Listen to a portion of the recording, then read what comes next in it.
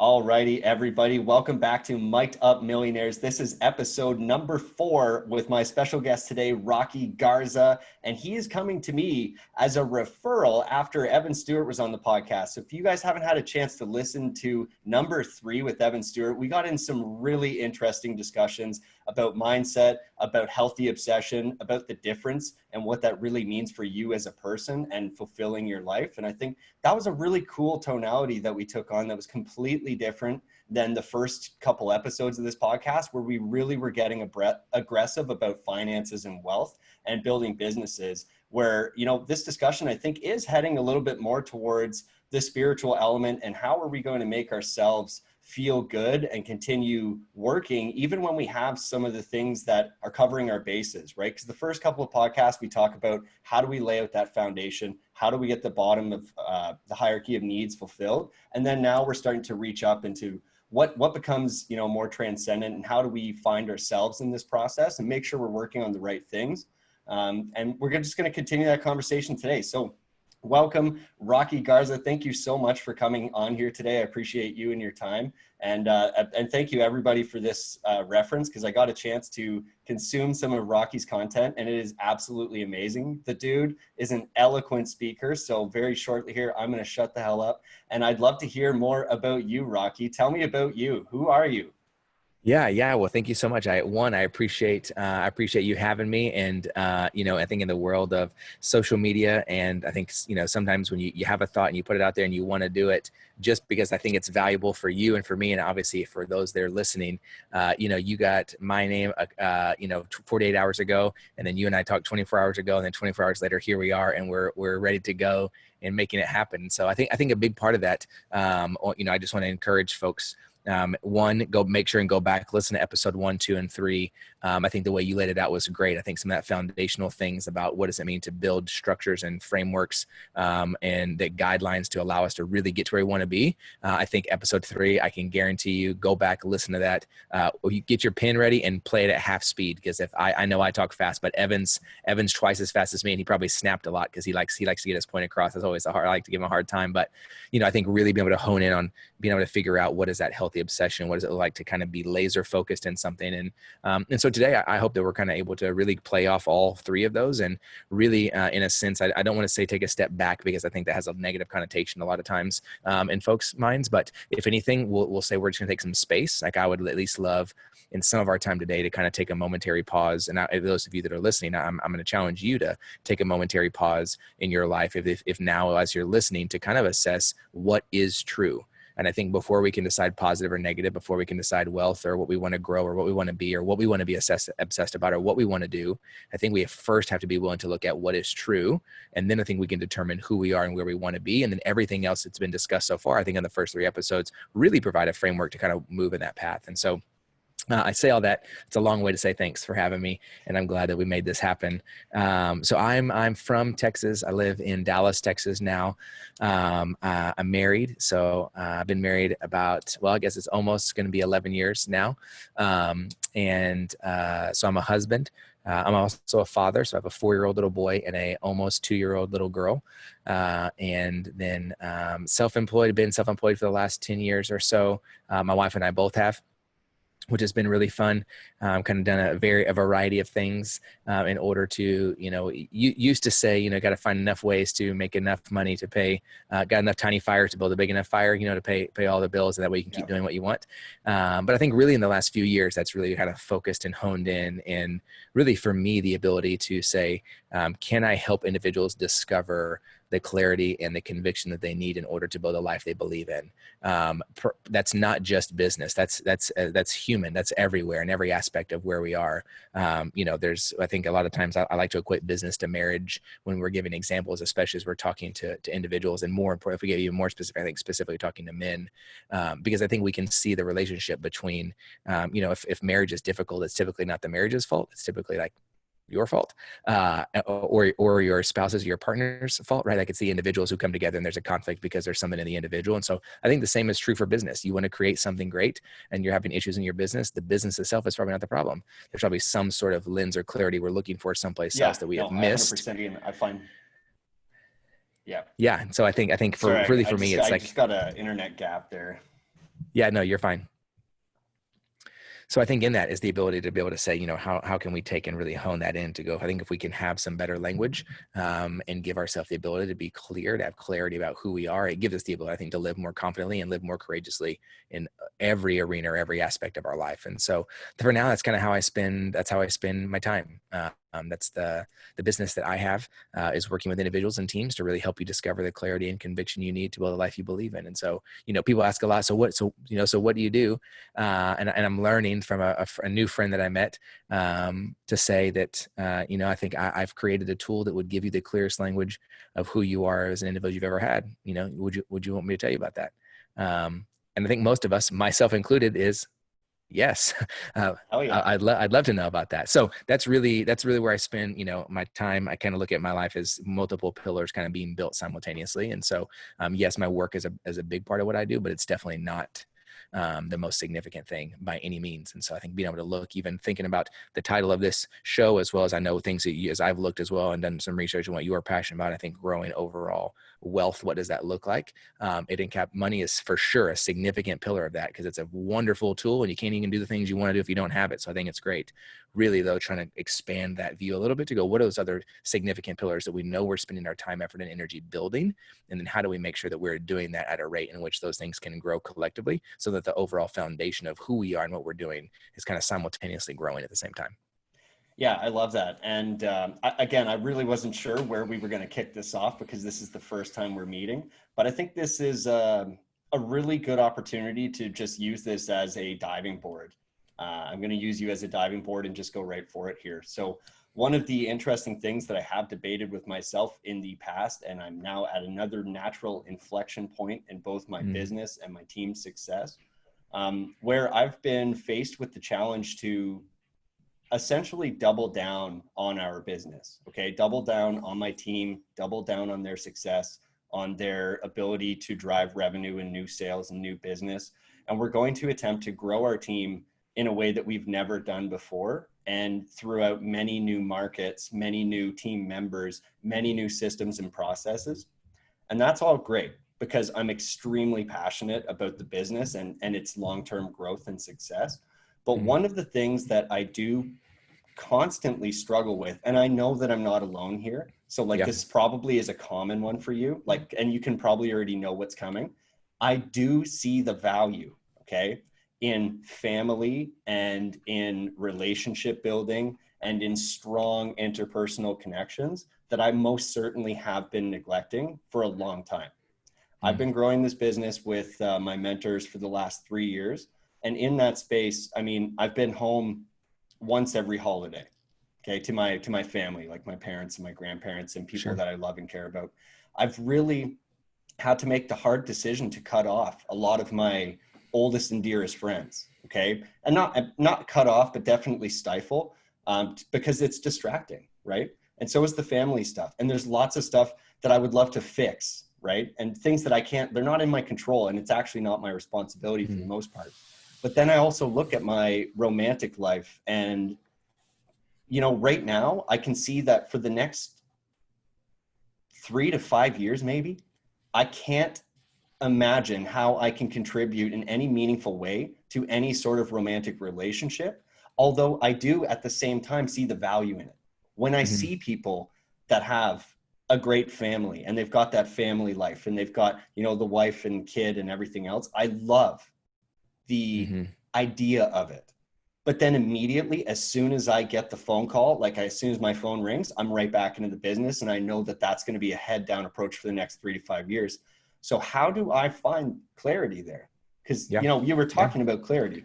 And for me, it's crazy because I can almost see the worth being almost the same, right? Should I build just like crazy wealth and a crazy business team? Or should I just go really deep on like an interesting and fulfilling life? Yeah. So I think, I think what, I even love your hand gesture. So I don't know if folks will be able to see this or not later on. It'll be on can, YouTube make sure as well. Okay. So if you're listening to the audio version, go to YouTube at this point, hit pause, go to YouTube. We're roughly 12 minutes in. So go there. Cause I think you did something really unique just now when you were talking, whether you intended to or not, but you put your hands, like a set of scales. and you said, I see this and I see this and I see kind of how they're equal. And then when you started talking about their value, you said, I see how one is really, really valuable. And then I also see how this one is really valuable. But when you talked about your ability to witness their value, you dropped the other one off the frame as though they couldn't hold weight together. And I think when we're talking about something like this, like head down, deep in, grow my business, relationships, and when I say intimacy, I mean our ability for deep connection with human being. That's our family, that's our friends, that's romantic, whatever that is. We like to, and I think we are taught to view those things as though they are independent scales, that if one grows, the other one falls, right? They're kind of like a judicial scale. And I think what I've learned over the course of my life, and for sure in the last, I would say 5 to 10 years, is that I've tried to do my best. And this is called balance, right? This is what happens when we try to balance things in our life. And balance, by the way, this one's free, doesn't exist, is not real, and you cannot attain it. So let me just throw that out there.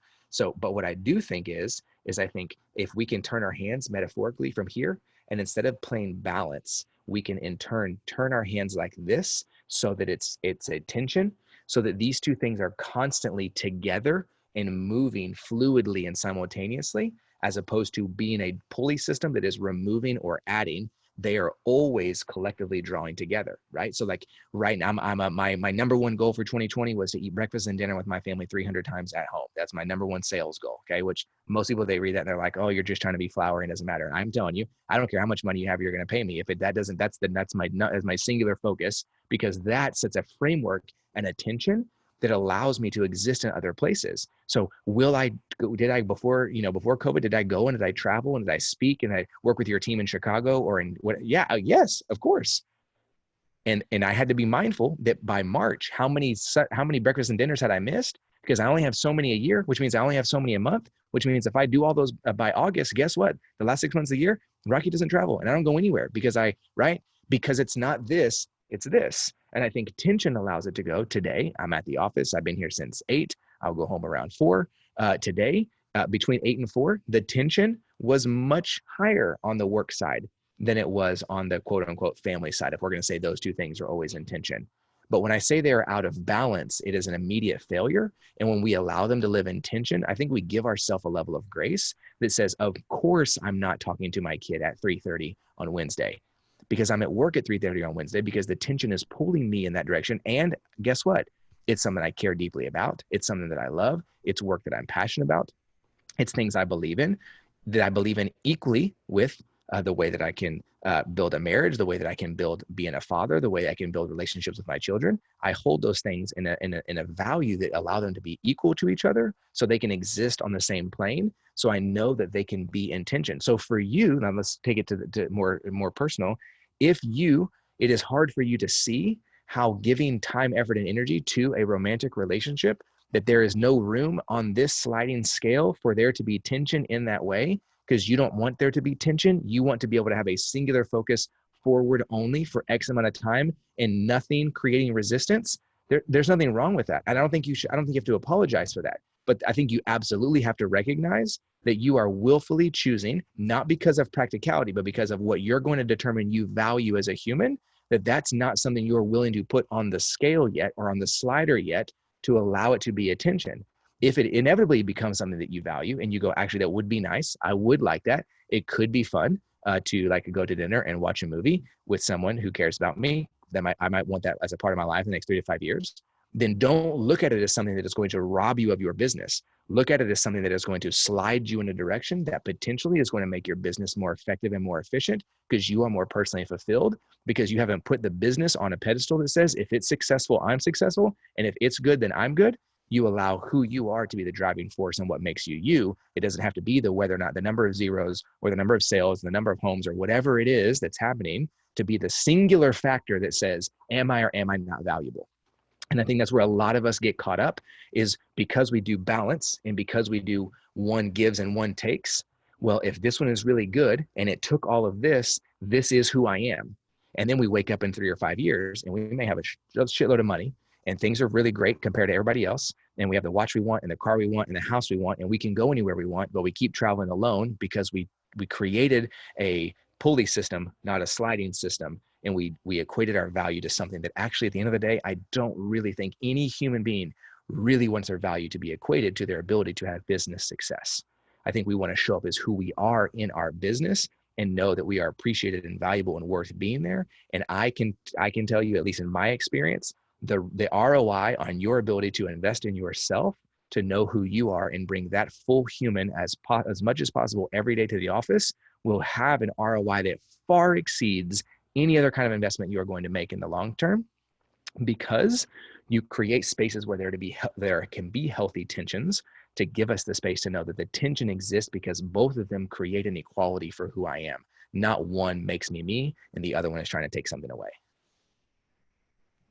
Well, boom on that.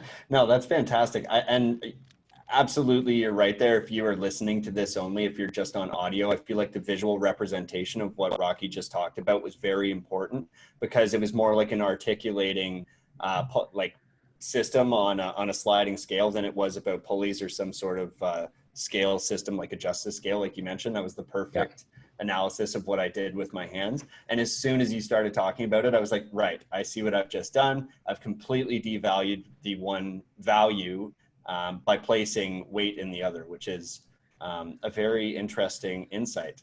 Good call. And I think what happens when we allow there to be tension and not balance is that allows the tension is guided by, and we're gonna repurpose the word values, because I want to use it in the context not values and valuable, but values as in core values, like the things that are most important to us. When we put things on a sliding scale of tension, it allows us to still build that on top of a foundation of values of who we are. And it allows values to be the filter that actually is going to draw the tension in one way or another. And so in that, it's built on something we believe in, and it's being pushed or pulled by something we believe in. So it is not wrong. There is not like the weight of feeling like, oh man, I'm letting this down because I did this, or letting this down because I did this. Well, if it's built on what you believe in, if it's built on top of your core values, and your values are the filter for whether or not it should move this way or this way, it's still being guided in every direction by the things we say we believe most. And when I hear the phrase work-life balance from people, when it comes out of their mouth and into my brain, what I hear them say is, I wish I could stop jeopardizing what I value most due to fear and pride.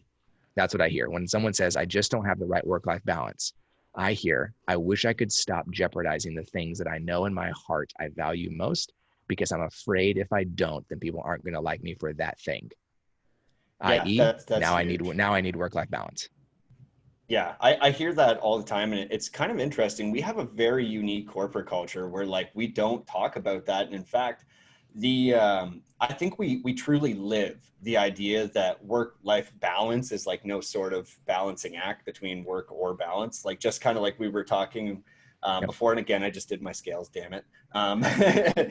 More like attention product, because my team actually lives together in a house. Okay. So like all of my sales guys, we live together. So it's the five of us. We've got one house, we call it the mansion. And then we've got another one just the same for our new guys.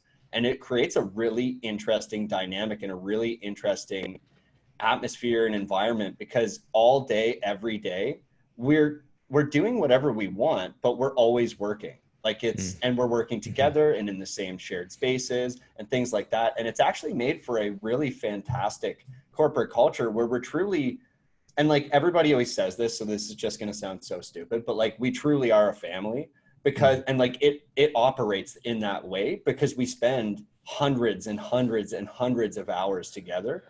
And so I feel like that's actually a really good investment into a lot of that core value that I want, right? Like deep human connection.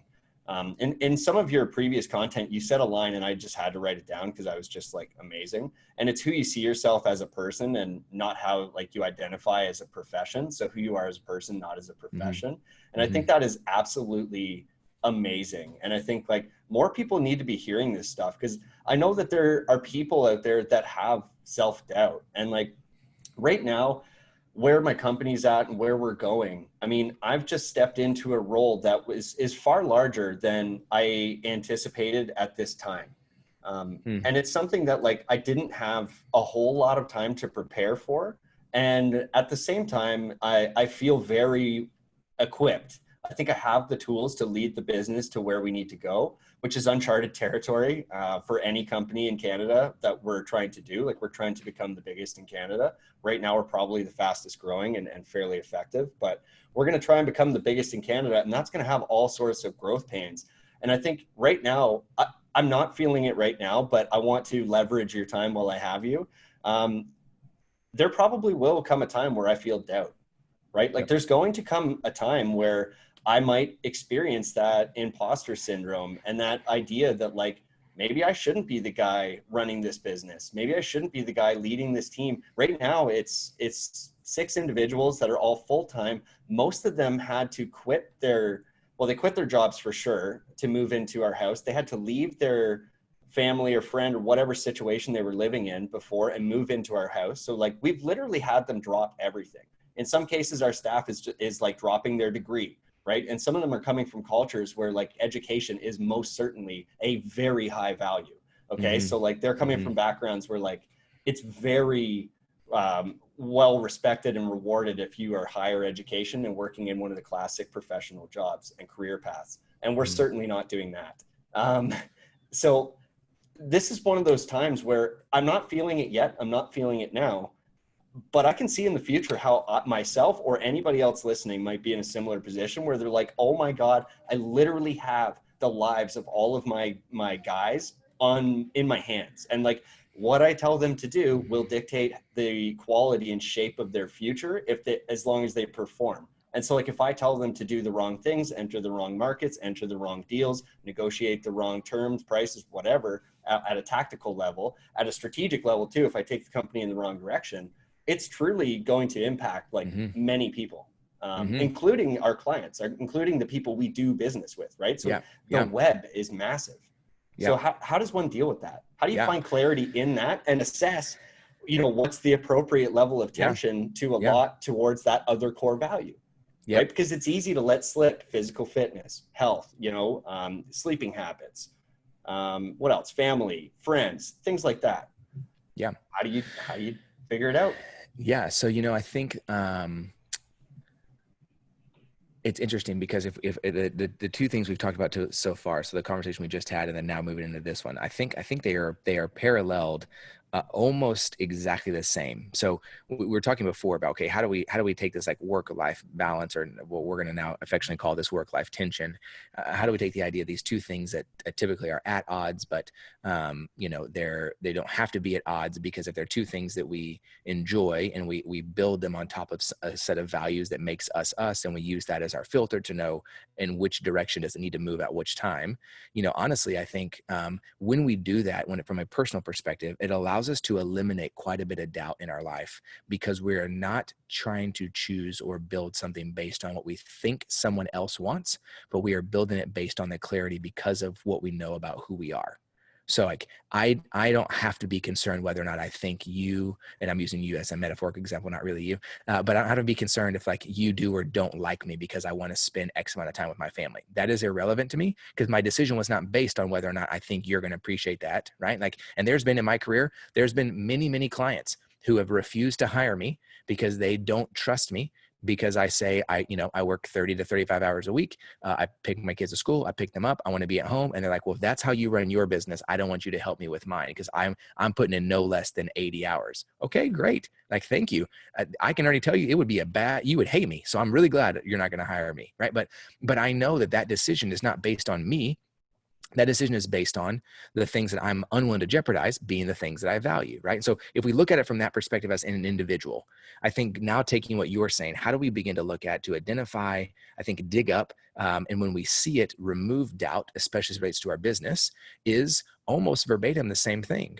One, with your team, with your employees, and with your crew, what are the 5 pillars? What are the 5 things that your business or your organization values over everything else? So it doesn't matter if I'm doing marketing, if I'm doing sales, if I'm doing, disclosure agreements, whatever my role is in the organization, what are the 5 things we have already said that it's our company is built on, and are the filter we're using to run decisions through? So that way it is not Adam saying, I have to make a decision and my choice is going to affect everyone. It is, I am going to make a decision based on what we have all agreed we're the direction we're going to move in. And some of those things are going to fail in the eyes of somebody else because we didn't get the right return that the market said we should have, but we absolutely stayed true to who we are as a business and an organization because we all had this similar focus about where we were headed and what we were doing. And so that same way, the tension will slide because even though the market may say bad move, internally we say beautiful move, because that is never something we would want. Because if we walk into that space, even if we could flip it for 300% return, it is going to crush us, and it's going to kill the other 9 things we have on the table because it's going to consume so much of our time because it wasn't in line with who we are as an organization. Right. And so I think it's very similar in the way that we would look at our own self and wake up in the morning and look in the mirror and go, what do I value and who am I? And how does that relate to the decisions I make and what I will do and how I'm going to represent myself? As an organization, we got to wake up and go, who are we? What do we do? What is the thing that's driving us? What are the ways in which we're going to provide a filter to go through? So that way there may be someone on the team that in 6 months goes, hey, I can't do this anymore. Because if those are the things that are important to us, I don't know that I can align with those things for all of you. And so then the values become the thing that are eliminating our staff. They're also the things that are drawing our staff. They're also, we've created for us and for our team, because it's both personal and professional. That's why they make sense for both. We're creating, in a sense, a layer of accountability that actually doesn't require a human being to ask any questions, because we've already said that's what exists. That's where we're going. And so I even think in doing the work when I work with individuals of you and I work together and I take you through identity mapping, which is a process we created to give ourselves this language for all these areas, is it's going to be really easy for you to make decisions when we're done. Because I'm just going to tell you, look at your values. If it fits, the answer is yes. If it doesn't, the answer is no. There's no arguing about it. Don't try to convince me why it's a good idea, even though it doesn't align with your values. The answer is no. And so we create a layer of accountability even for ourselves. And I think we do get to do the same thing in business. Yeah, that's huge. And, as soon as you were talking about this, it immediately made me remember. And I do go back to this time a fair bit in my life. This was 3 years ago when I just got started with my current mentor. And I had one singular goal, and that was the only thing that I knew I needed to do. And I decided that within 12 months, that was the only single action I wanted to do. And it was buy my first property. And buying that first property was literally how I made every single decision that year. It was like, does this bring me closer to buying the property or not? And that was such an easy way to live, because everything was modeled after that one big, hairy, audacious goal, which seemed like a crazy goal at the time. Like now it's nothing, but like to have such simplicity built into my life and to have such ease, there was no tension, because you're right. I didn't have anything pulling on the other end. So Yep. That makes me wonder, right? Is a simple life truly the better way to live when you have a singular goal and focus? Or is it truly tension? When we're looking at these things, Well, it's so easy to live by those values, right? Once you establish them. And I was thinking about our core. We do have core values at our team. We call it IMPACT. It's a common acronym I think a lot of people use. It's like improvement, movement, passion, and agility. And we're a click. And there's a bunch of things that come out of that, like improvement. Obviously, we want continuous improvement all the time. We're a movement, so we're more than a business. We're trying to actually shape how Canadians and more broadly North Americans and people and humans think about money and finances and taking control of their lives. Agility, obviously we want to be able to move fast and break things. And that's sort of a huge part of our business, is moving fast and breaking things. And that's what allows us to get through a lot of the crazy times. And then we are a clique. Like, it's a very special team, and we differentiate between a community and a clique because this isn't for everybody. You will have to make ridiculous sacrifices and time commitments to work with us. It's not going to be for the faint of heart, and we don't get the same results. We don't get the same rewards that most people do. We are above average, and that is our baseline. And so it's funny you bring this up at this time, because even just this morning, I was having a deep conversation with a team member about performance and about the necessity for a baseline performance that is going to be the thing that keeps you on the team, not my likeness to you, not my relationship with you. We'll always be friends, right? it's fine. We'll always be family even because you've joined the team and been here. But like Yep.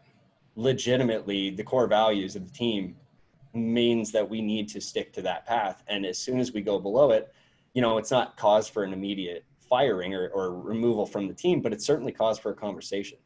Yep. And And go ahead. no, I was just gonna say, I think the way that you describe that again, like you put into terms for you, your team, and I think hopefully those listening, they can do the same thing for their teams, and by team, it could be team can even just be you if you're a solo entrepreneur. You don't have to have 19 people to have qualify as a team. Like a team is you plus anybody else. So one to a million, a team. But I think the way you lay that out to go, hey, it's not about me liking you. It's not about even who you are as a person. It's not about like, this is one, a standard in which we have set, and two, this is a set of values we've all agreed on. This is where we want to go and what we're doing. And so as long as this is something you can wake up every day and look at and go, yep, that's the thing for me, I want to do that. That should lend itself to a level of performance, which keeps you here, which keeps us moving in that direction. Right. And so I think similarly, now let's go the other way. Now, I think it's the same thing for you as a human, and it's the same thing for you in your life. Right. If that in fact is a relationship, is something that is valuable and that you want, then guess what? You'll find the time for it and you'll make it a priority, and it will find a place to be and it will go in there. Why? Because we've already determined this is who I am and this is what I want, and that's the direction I want to be in. And I will make sure I find a place to see. It's not that I think I'm a bad person, I don't deserve to be with someone.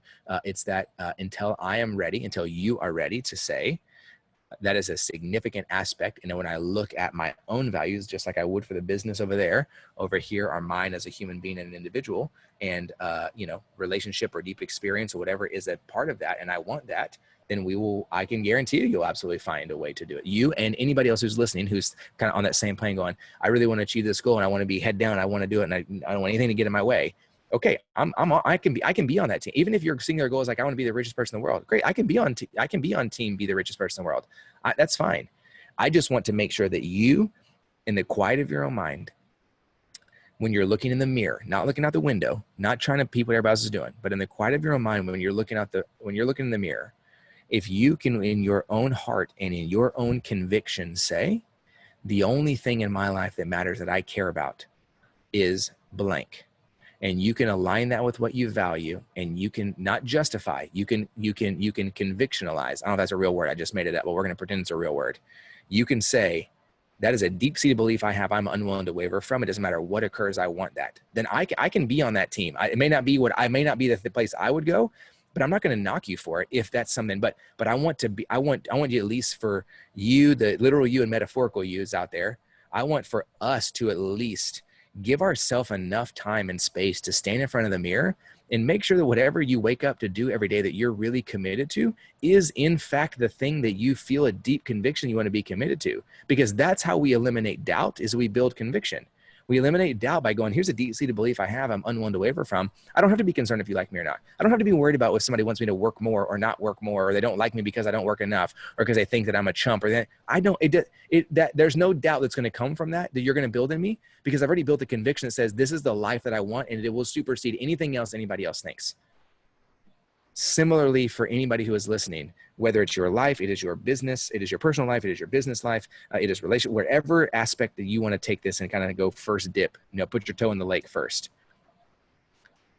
Start by looking in the mirror and saying, one, do you know what you value? Two, do you know how you do things and how you operate best? Do you have a language to describe what it is that you do? I think for a lot of us, where we get caught up, where doubt creeps in, where we don't have clarity, is because I think many of us are illiterate to having the language to actually talk about ourselves. We are illiterate to having a language to actually describe ourselves. We don't know why we actually do something. We don't know how we actually do it best. We don't know what it is we do as a human in every aspect of our life. We just look for the way that the last time someone gave us a pat or a praise, we liked that. And then we just go back and try to do that over and over and over again to get as many pats on the back as we can, even if it's not even in line with who we are, because we want that immediate satisfaction. We're not willing to play the long game to say, can I live with deep conviction? So on the time when it's my time to go, I look back and go, that not only did I leave a legacy, but I was willing to build and live that legacy for the duration and over the course of my life, because I see how it was valuable. And I think that is personally, I think that is professionally, relationally, I think that's every aspect of our life. That's the way in which we have to see it. Yeah, that's actually really beautiful. While you were talking about that, I started thinking about the natural ebbs and flows, because there seems to be this thing where like even when we're living with conviction, it's still possible for us to be vulnerable to self-doubt and these other things. And they come up a lot, right? And I mean, I'm managing a team of like sales guys, right? That's all we're doing is like cold calling, door knocking, and getting inbound calls. So like that's literally all they do all the time. And there's all sorts of emotional baggage that comes with that because we are dealing with people. So we have a real estate wholesaling business. So if you know anything about that, it's like we're basically looking at off-market properties that quite often the people approaching us are in tricky situations. So they often do impose a lot of emotional baggage on the guys and on myself and everything else. But then there's the natural emotional baggage that we all have, and just like our emotional states, right? You can go into these ebbs and flows. And I remember, and I talked about it a little bit on one of the earlier episodes, but it's worth bringing up again, where like, start of March, I thought I was living truly with conviction, right? I was giving her, our business hit a new stride, a brand new level that was like, wow, I think we're at the next phase. And then this pandemic thing kind of happened, and all of our cities went into full lockdown, as I'm sure yours did for a while there as well in Texas. But it went to like full lockdown, and then I found myself like welcoming it for a moment, but then I found myself like slip into it, and I mean like underwater type thing. Like it was weird. Like I was like, this is going to be a nice break. I've really been giving her. This is going to give me some time for myself, work on my family time, and slide that tension back. But what I found that it was more actually like my first example, where I tipped the freaking scale and went all the way deep on the one end, and I just stopped. Like I just broke. And I found myself like in sort of like a depressive state where I was like, Jesus, I don't know what I'm doing. Like, am I really doing all that I can? And it took quite a while of being there. And then I spent a lot of time outdoors and getting back to physical fitness after like a bunch of like, crazy unproductive behavior. And that got me back on track. And then I actually returned to base. I came back to the house with the guys. I saw everybody. They all welcomed me with love and compassion and like interest and all of this new energy. And we as a team kind of were reborn into this. But, that's a little extreme, right? Do I have to like completely change my environment, or is this something you encounter all of the time? Is this something you deal with in your business even? Sort of the ebbs and flows of people's states? Because this was a really big impact. And I also see it all the time with my sales guys. You have dry spells, or you have times where you're not feeling so good. And quite often the solution is to just pick up the phone and work your way through it, because you'll literally just get small wins where like, if you can get a contact made, then you can book an appointment, you can go do that appointment, and all of a sudden you're feeling better because you're riding that positive upward wave. But other than that, I mean, I really let myself slip. So how do other people listening prevent that kind of a thing? Yeah. So, well, I'm gonna come at it from a little bit different of an angle, Sure. and then we can come back and answer that question specifically. But I'm just gonna pose like, what if in fact, what if you didn't slip? What if you actually just exposed your humanity? Oh my God. Like, what if you didn't fail? And what if it wasn't oh man, I hit rock bottom and I slipped and I backslid, and then I had to spend 6 weeks figuring out how to not be who I thought that I was, so I could be who I think I could be, so that I could win. And what if you were you the whole time? What if you were a human the whole time? What if, and this is my word, I think every human is an irrational, emotional person. None of us make sense. We are all emotional, and we are all by the very skin of our teeth trying to hold it together in a way that makes us look semi-normal. And if we really were just like to expose who we really were all the time, I mean, it would be a shit show. And it already is a shit show. So, I mean, can you only imagine if we really were to, right? So what if it wasn't, what if our life was not about a series of moments where we are trying to prevent slipping and falling and scraping and hurting, so that we could maintain some level of everlasting euphoric perfection, so that everyone would know how awesome we were? And what if what if that moment in your life was potentially the most single defining thing in the last 5 years that allowed you to come back and, one, not only refocus where you and you want your team to go, but to experience love and grace from people who trust you and believe you. And even in the midst of you not being perfect, they're still willing to go on the ride because they see that there is room to be a human in what we're doing. And even in the times of a little bit of a dry spell, to give the effort and energy to continue to push through, then that's going to be okay for us too. Yeah, But I that's a think really refreshing approach. yeah, because I think a thing that we are, and I maybe later in my life when I feel like I have some sort of like financial or business success that I can like plop on the table to make someone know that I know what I'm talking about when it comes to this. But I just think there is such a narrative being written in business, specifically the entrepreneur world, and specifically in the entrepreneur world for men, that says there is a number, there is a price point, a number, a revenue goal, and an expectation of what life looks like. And if you can not only do that, but maintain that and consistently beat that and 10x that, and I'm not knocking Cardone, I've never met him. He looks like he's done some amazing things for people. So I'd have nothing to say about him. I'm using that as an example because I think that is an entrepreneurial regularity you see out there in the social media.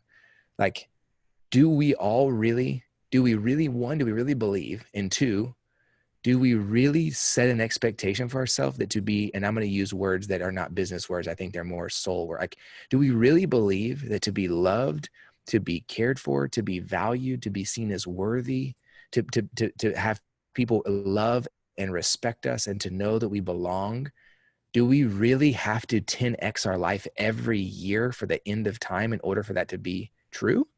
Because if so, like, I think we're all screwed. Like, I don't think that's going to happen. I don't think that's a reality, because you might wake up on March 15th and have the beginning of a global pandemic that you didn't plan for and let go of 70 people on your team. Now, we can paint it to be strategic however we want. The reality is nobody saw it coming. And even the best who are out there 10Xing, they negative 10X for a little while because of what was occurring. Yeah. But does that mean that we're willing to look at it and go, oh, I knew it. I knew that guy was a fake and he's a failure.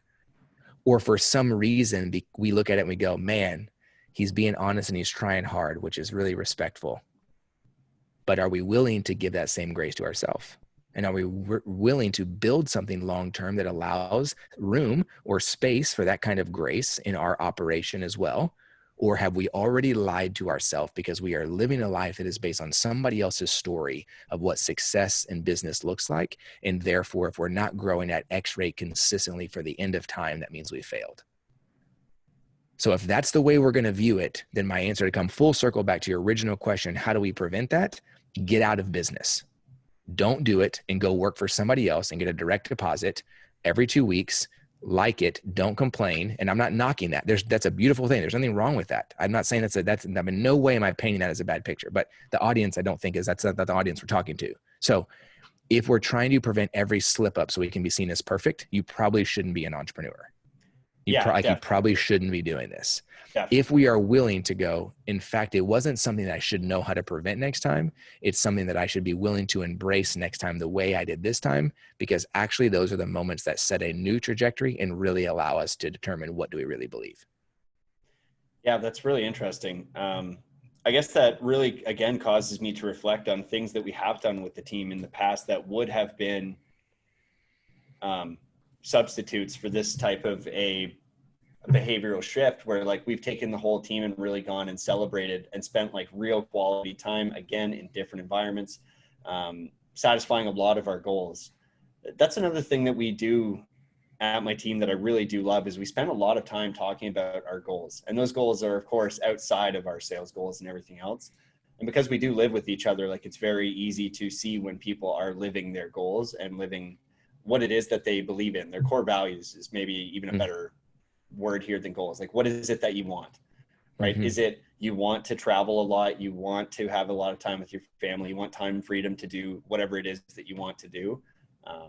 We do try and really build that in. So I think we're trying to embrace that as best as we can, while still keeping our eye on performance and everything at the same time. But yeah, this is a really interesting discussion, because I think that there's going to be a lot of people listening to this that are going to have to reevaluate some things, right? I think they're going to have to take a look at what it is exactly that they do have as core values.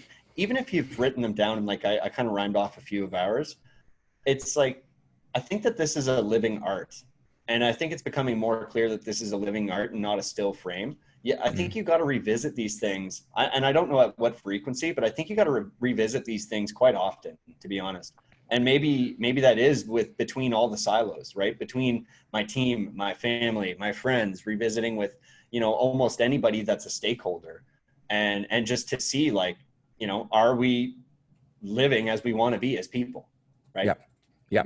I think it's a wonderful metaphor to talk about ourselves as human beings and the way that we interact in places, because none of us operate as a still image in any aspect of our life, not even to ourselves. We like to believe we can, and we like to believe the last time we is the picture of who we are, but we all know it's not true, right? Yeah. It's ever evolving, it's ever changing. Yeah, there's I think this will be a good thing for us, for folks. I think given where we've taken the conversation, and hopefully those of you listening have found it valuable so far.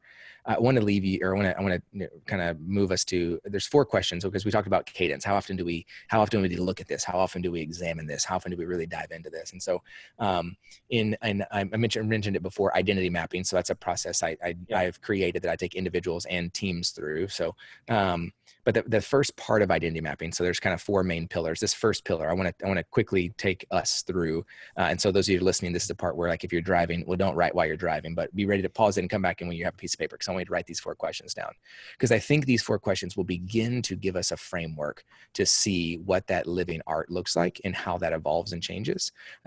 For me, my suggestion would be, at minimum, ask yourself these 4 questions once a year. I tend to look at these questions once every quarter, so like once every 3 months. But once a quarter, twice a year, once a year, no less than once a year. But and these questions, I want you to think through as a human, not as a business owner or an entrepreneur or as CEO or whatever title it is that we want to have, not through that lens, but through the lens of you, the human being. So here's the 4 questions. Question number 1 is just ask yourself, what do I think about most? So what do I think about most? Another way to phrase it, where do I spend the majority of my brain power? So just as a human being, what do you think about most? Okay, and whatever comes to your mind. If it's a human question. So if your answer as a human is work, then work is appropriate answer. But work is it's not a work question. It's a human question. Okay, so what do you think about most? Question number 2 is, what 3 things in life do you fear losing most? What 3 things in life do you fear losing most? Now, for some people, the word losing is going to throw them off, because they're like, I'm tough. I'm not afraid of losing anything. Okay, great. What 3 things in life do you fear most? I don't care how you answer it. Whichever those 2 ways makes the most sense to you. Question 3 is, if you could do 2 things the rest of your life and be totally satisfied, what would those 2 things be? That's no rules, no restrictions. You have all the money you need, but you could just choose to do 2 things that would bring you satisfaction and joy. What are those 2 things? So if you could do 2 things the rest of your life and be totally satisfied, what are those 2 things? And then question 4 is, what is 1 thing in life you hope to accomplish? Not what is the 1 thing. I'm not asking for the end all be all. Unless you know that, you're more than welcome to write it down. But I'm just saying, what is 1 thing in life you hope you're able to accomplish? Skydiving and bucket list items, that's not what I'm looking for. Not those kind of answers. I'm looking for something significant and specific to you, your humanity as an individual. What's 1 thing in life you hope to accomplish? And so here's the reason I would encourage you and then folks listening to answer those 4 questions as it relates to how do we kind of reassess where we are and what's important to us. Because typically we ask them these 4 questions, and we ask these 4 questions in this order, because this is typically how the human brain works. Okay. So if you're listening and you're going to go through this exercise, I want you to pause right now, answer the questions, and then jump back in with us once you've answered them. Okay. So have fun, go answer them, come back in 5 minutes and hit play again. So you've answered your questions. Here's the reason we ask you these questions. And here's the reason we ask you in this order, is because I have found over the course of my time, this is how the human brain works, right? The 4 categories that I just laid out for you. I didn't tell you this in the beginning because I wanted you to answer the questions first, but now that you've answered them, the 4 categories I asked you in 1, 2, 3, and 4, these are your thoughts, fears, hopes, and dreams. Okay. So you can categorize number 1, 2, 3, and 4 that way. That's your thoughts, fears, hopes, and dreams. And I don't tell you thoughts, fears, hopes, and dreams because you'd give me some other ludicrous answer that actually wasn't true. So I just ask you the question because that's what actually matters. So You through and you answer these 4 questions. Now, the reason we ask you your thoughts, fears, hopes, and dreams is because I found that inside our thoughts, fears, hopes, and dreams is where doubt, obstacle, insecurity, imperfection, fear, all those things live inside here, but as well as connection and opportunity and really beautiful things live inside this as well. So we answer these questions because this is how the human brain works. So I want you to look down at your answers. And this part is going to be a generalization. So it's not 100% accurate for everybody, but it's pretty close. Whatever you wrote down in number 1 typically is directly related to what you fear losing in number 2. So whatever you wrote down you think about most is typically related to what you fear losing. So if I give you an easy example for someone and pick on someone and say, what did you write down? What do you think about most? And you say, what I got to do next, my to-do list. Okay. And if I would push you on that, I'd say, well, tell me about that. And you would say, well, I just, like for me, I wake up, I'm an achiever. I got to get some shit done. I want to get these things done because when I do that, I know it was a good day. I'd say, okay, tell me about that. And you would say, well, like if I don't get them done, then I don't feel like it was a good day and I don't want to let anybody down because I love my boss and I want to make sure I'm doing a good job. Okay, tell me about that. Well, I don't want to let anybody down because if I let people down, then I think that like I'm not worthy or I'm not valuable enough, and I'm not. Me accomplishing things is what makes me me. Like it makes people like me. Okay, so let's pause. So, do you think most about your to-do list, or do you think most about making sure people like you and you don't want to let them down? Well, probably that. Okay, good. Circle that one. That's kind of what we're going for here. Now, typically that is going to be related to whatever you wrote down in the 3 things you fear losing most. What do you fear losing? Someone probably wrote family. Someone probably put relationships, and someone might have put reputation. Okay, well, that makes sense. Because we want to keep our family and our relationships and our reputation, guess what we think about most? Making other people happy and doing whatever they need because we don't want that to be out of control, because if it does, these things will go away. Now we look at number 3 and I say, if you could do 2 things for the rest of your life, what would it be? And you would say, I would train and teach people and I would spend time because I really want to have a dog rescue. I don't know. Let's just pretend that's the case. Okay. What do you do right now? Oh, I do inside sales. Okay. I see the relationship there. And so the reason we do that is to go, okay, so that's what you want to do. And what's one thing in life you hope to accomplish? You say, I want to leave a legacy for my family. Okay. Easy enough. So typically the way our brain works is whatever you said in number 1 is really, and let's use all my answers as the example. Whatever you said in number 1 is directly related to what you fear in number 2. And what you fear in number 2 prevents you from ever accomplishing or doing number 3. And if you don't do number 3, you're never going to accomplish number 4. And so what if once a quarter we asked ourselves these questions and we inverted our list?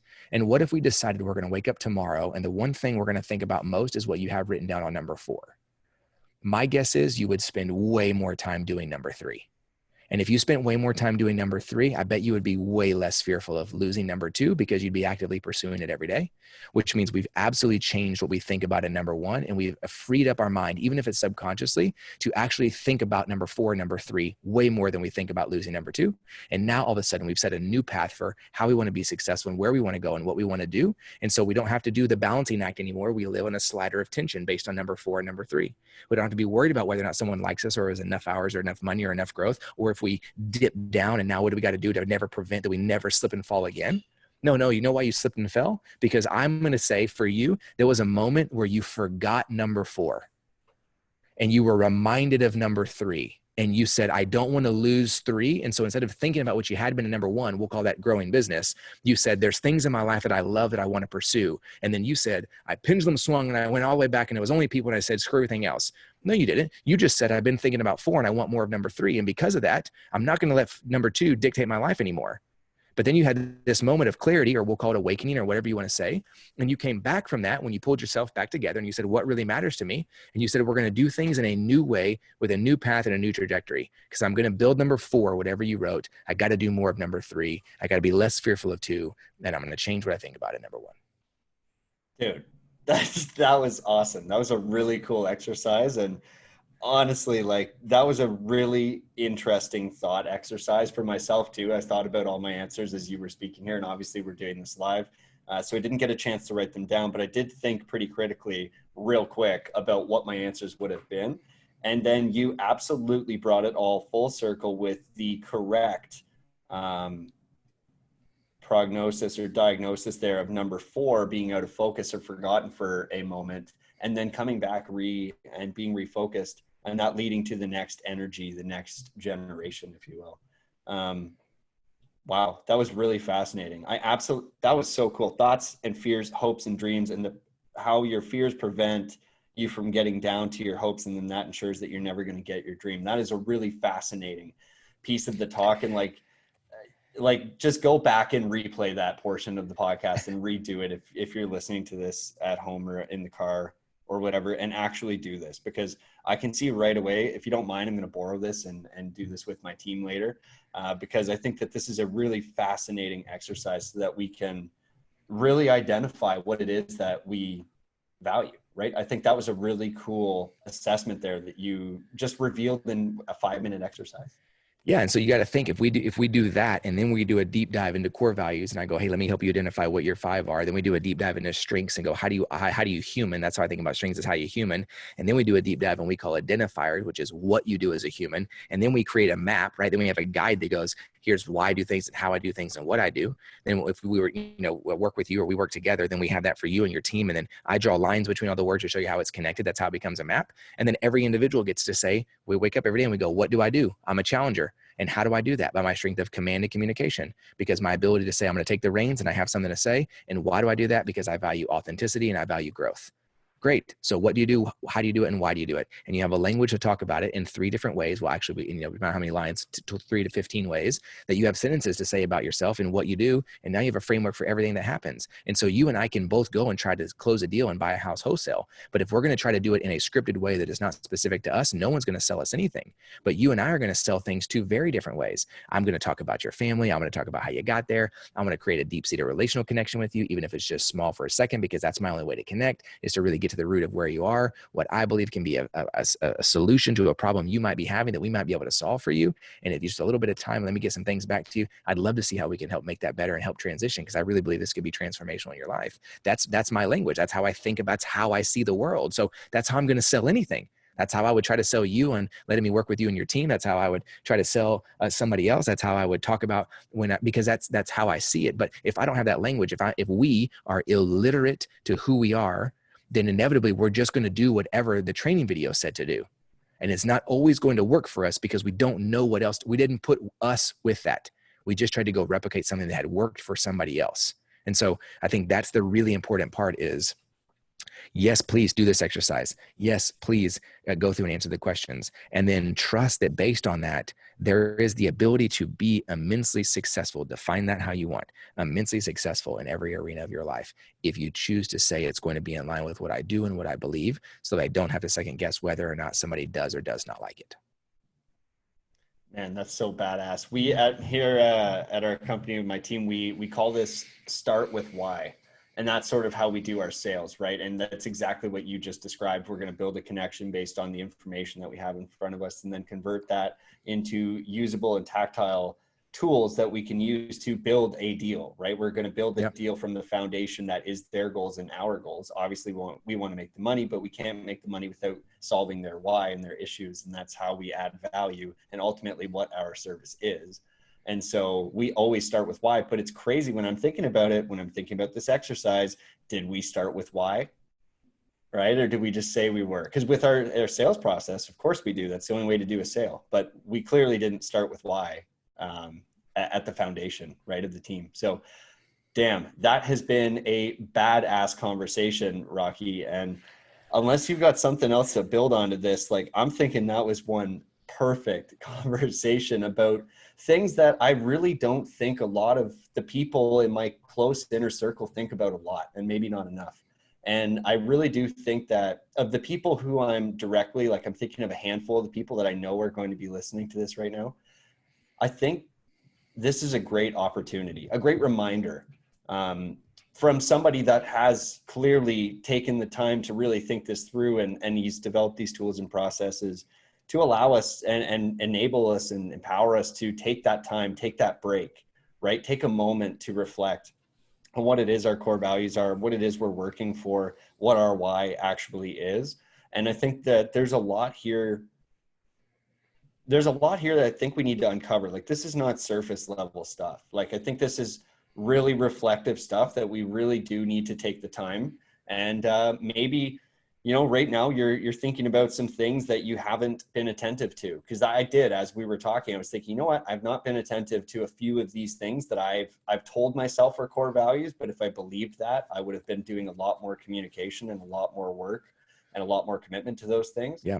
And I think that this is a fascinating opportunity for everybody to take this podcast, and it's very different tempo than some of the previous ones, and like embrace that, right? We've been sprinting, I think. Yep. And this is our opportunity to see the marathon, which is something that we do constantly talk about. And one of the ideas that Evan had brought up in episode number 3 was the idea that rather than, so on number 2 here, or no, number 3, we asked what are 2 things that you would do for the rest of your life if you could choose 2. Evan posed a similar question, which was like, if you lived every day the way you live today, would you be happy, right? And I think what Evan was getting at has nothing to do with like, you know, the stupid menial activities you probably had to do today. There's probably some weird stuff you had to do today, but it's more so about like how the repetitive nature in that, and your entire life is being lived out in this game, in this sphere, in this living art. And you know, you're just a freaking human on a space rock flying around, and you've got like, I don't think, and again, I don't want to offend people here with like religious beliefs and everything, but I'm pretty sure for me and my values that like there's really not a huge point to much of what's going on in Earth. I think we're all super special in doing our crazy little storylines, but I'm not sure that there's like some overarching like crazy plan. I think more so it's like, why don't we just do the things that make us happy and feel great and spiritually are fulfilling?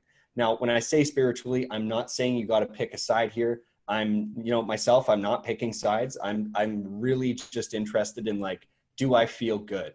And beyond like, you know, pleasure good, like, do I feel good, right? Like truly good about myself. And that question, you know, if you lived every day the way you live today, would you really be happy? Would you be happy with your life and what you're doing and what you're achieving? And are you reaching your potential? I think is really what we're getting to with that question. Ties in really well with this discussion. And I think it's going to force us all to take a moment, evaluate, is what we're doing appropriate for the human we want to be, right? I love this human model rather than professional model.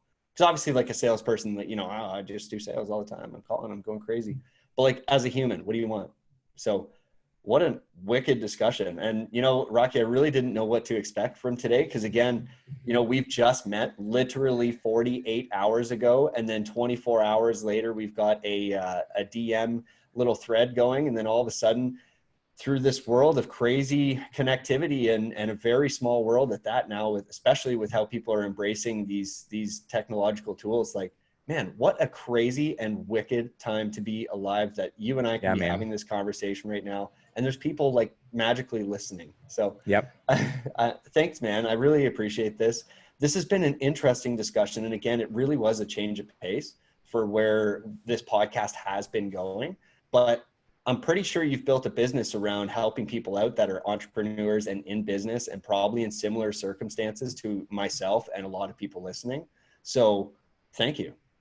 Yeah, absolutely. No, thank you. Thank you for having me. I'm so glad technology exists and allows us to connect in the way that it does. And I look forward to many more dialogues and conversations and ways to continue to support you and what you're doing. And then those that are listening, I would love to be able to connect with you as well. Yeah. So everybody, Rocky Garza on Instagram, obviously get connected on there. But is there anything else we can do for you?